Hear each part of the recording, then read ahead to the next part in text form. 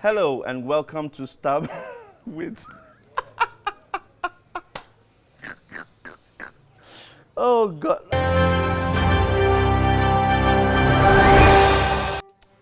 Hello and welcome to Stab at the News on News Central TV.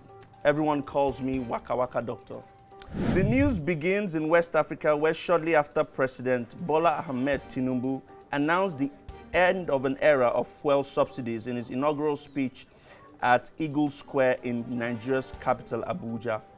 Nigerians are yet again faced with soaring prices of the product across the country. New era in Nigeria.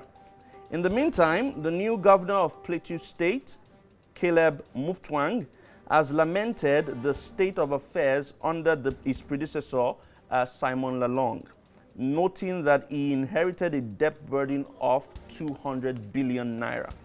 Caleb, in his inaugural speech, shortly after being sworn as the new governor at the Wang Palm Township Stadium in Jos, said he was ready to change the ugly situation of things and work for the good of the people. This was as he warned those behind the series of attacks and killings in the state to stop forthwith, as his new administration will not tolerate such wicked acts. That's Terminator style. Executive orders in Nigeria. Still in the country, the new governor of Kano State, Abba Kabir Yusuf, shortly after his inauguration, issued several executive orders to probe his immediate predecessor, Abdullahi Umar Ganduje.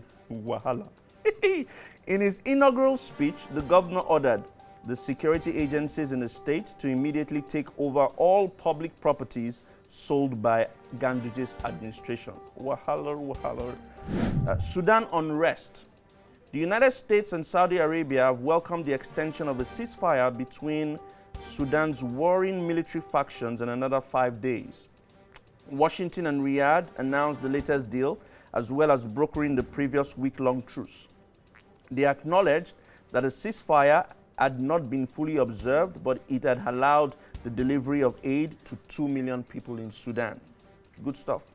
In business, the National Energy Regulator of South Africa, NERSA, has now agreed with the decision from Eskom to construct a new 3,000 megawatt gas power station in Richards Bay after receiving court authority to overturn its original decision against the project. But a treasury ban in additional debt, however, complicates matters, and environmental groups are also determined to block the project.